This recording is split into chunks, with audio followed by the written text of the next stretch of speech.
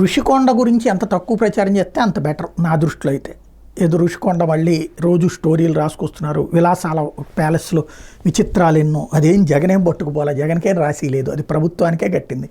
ఇప్పుడు అక్కడ కడుతున్నాం మనం, ఏది ఎమ్మెల్యేస్ క్వార్టర్స్ అని చెప్పేసి, కలెక్టర్ల క్వార్టర్స్ అని చెప్పేసి, ఇవన్నీ వాటికి ఏం చేస్తాం? నార్మల్గా రోడ్డు పక్కన దొరికేటటువంటి సామాన్లు ఏంది ఏం కదా. ప్రభుత్వం అంటే స్ట్రాంగ్గా ఉండాలనుకుంటాం, క్వాలిటీతో ఉండాలనుకుంటాం, తక్కువ ఖర్చుతో ఉండాలనుకుంటాం. ఋషికొండ కన్స్ట్రక్షన్ తక్కువ ఖర్చుతోనే జరిగింది.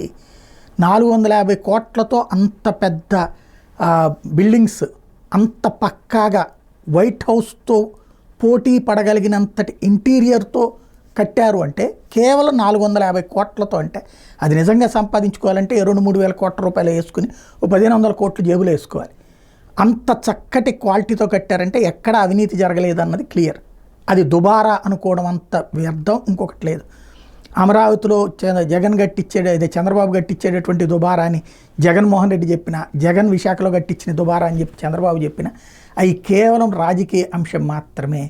ఒక ప్రభుత్వానికి సంబంధించినటువంటి భవనాలు స్ట్రాంగ్గా కట్టాలని కోరుకోవాలి తప్పించి అది తప్పు అని ఎంత ప్రచారం చేసినా జనం నమ్ముతారు అనుకుంటే మనల్ని నమ్మేవాళ్ళు నమ్మచ్చునేమో, కానీ తటస్థులకైతే అది వృధా వ్యయం అని అయితే నాకైతే అనిపించట్లేదు. మేబీ అసెంబ్లీలో దాని మీద పెద్ద చర్చ జరిపి సుదీర్ఘంగా జగన్ని తిట్టి ఆ తర్వాత ఏ ప్రైవేట్ వాళ్ళకి అప్పచెప్పడానికో జరగచ్చు. కానీ రాష్ట్రానికి సంబంధించినటువంటి ఒక అద్భుతమైనటువంటి కట్టడం, అది జగన్ని ద్వేషించవచ్చు, కానీ ఆ కట్టడాన్ని ప్రభుత్వం సద్వినియోగం చేసుకోగలిగితే అద్భుతంగా ఉంటుంది.